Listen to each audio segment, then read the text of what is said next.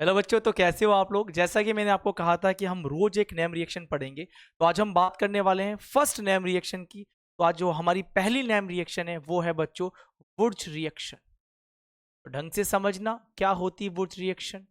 ठीक है, okay sir, ठीक है, ढंग से समझेंगे इस बात को। तो आज हम पढ़ने वाले हैं बच्चों वुर्ज रिएक्शन, वुर्ज अभिक्रिया। ओके, ठीक है, ठीक है सर। क्या होती है वुड्स अभिक्रिया सर। तो बच्चों देखो, वुड्स अभिक्रिया में क्या होता है मैं आपको समझा देता हूं।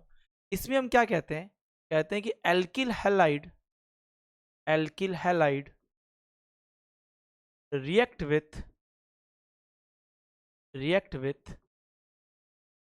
Sodium react with sodium in the presence of dry ether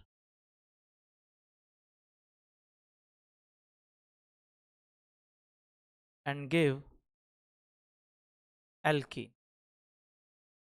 तो बड़ी सिंपल सी बात बोली गई बच्चों कि जब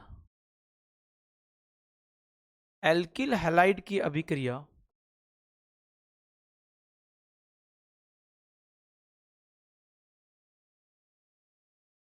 अभिक्रिया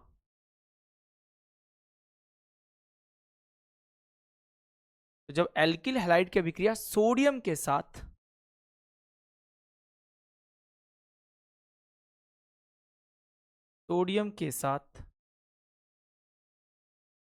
शुष्क ईथर की उपस्थिति में करवाने पर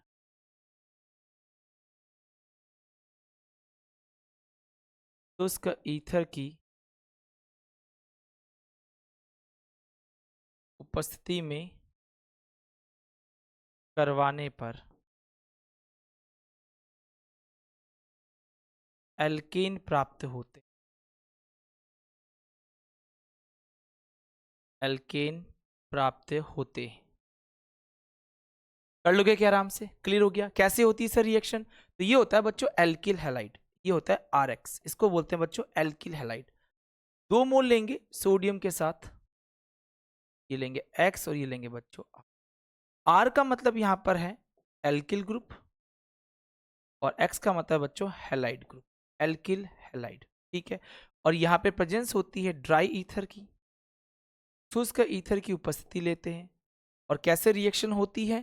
तो इस तरीके से सोडियम दोनों एक्स को बाहर निकाल के दोनों आर आपस में जुड़ जाते हैं और क्या बाहर निकल गया 2NX। ये बन गया बच्चों एल्कीन। क्या बन गया, एल्कीन। क्या बात समझ में आ गई क्या। एक एग्जांपल और देख लो। जैसे मैंने एक एग्जांपल लिया CH3Cl plus 2 mole sodium plus Cl and C। मैंने यहाँ पर क्या ले लिया, ये ड्राई ईथर ले लिया। क्या करेगा ये 2NaCl यहाँ से भगा देगा और दोनों आपस में जुड़ जाएंगे। तो देखो किसका फॉर्मेशन हो गया बच्चों, इथेन का। तो ये इथेन बन गया यहाँ।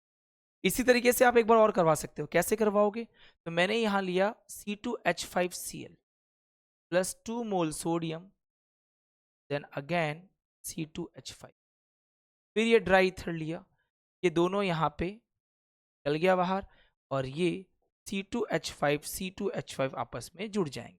क्लियर, C2H5 ये हो गया ब्यूटेन। कर लोगे आराम से। अब इसमें कुछ खास बातें बता रहा हूं, ध्यान रखना। पहली बात ध्यान रखना बच्चों, जो वुड्स रिएक्शन होती है ये फ्री रेडिकल मैकेनिज्म से होती है, फ्री रेडिकल मैकेनिज्म। अब इसकी जो मैकेनिज्म है वो अपने एनसीईआरटी में नहीं है तो उसकी बात नहीं करेंगे।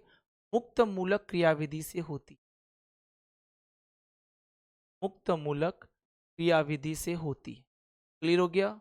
और इसमें सममित एल्केन बनते हैं, सिमेट्रिकल एल्केन बनते हैं। ठीक है ना भाई, समित का मतलब दोनों तरफ बराबर एल्केन बनते हैं।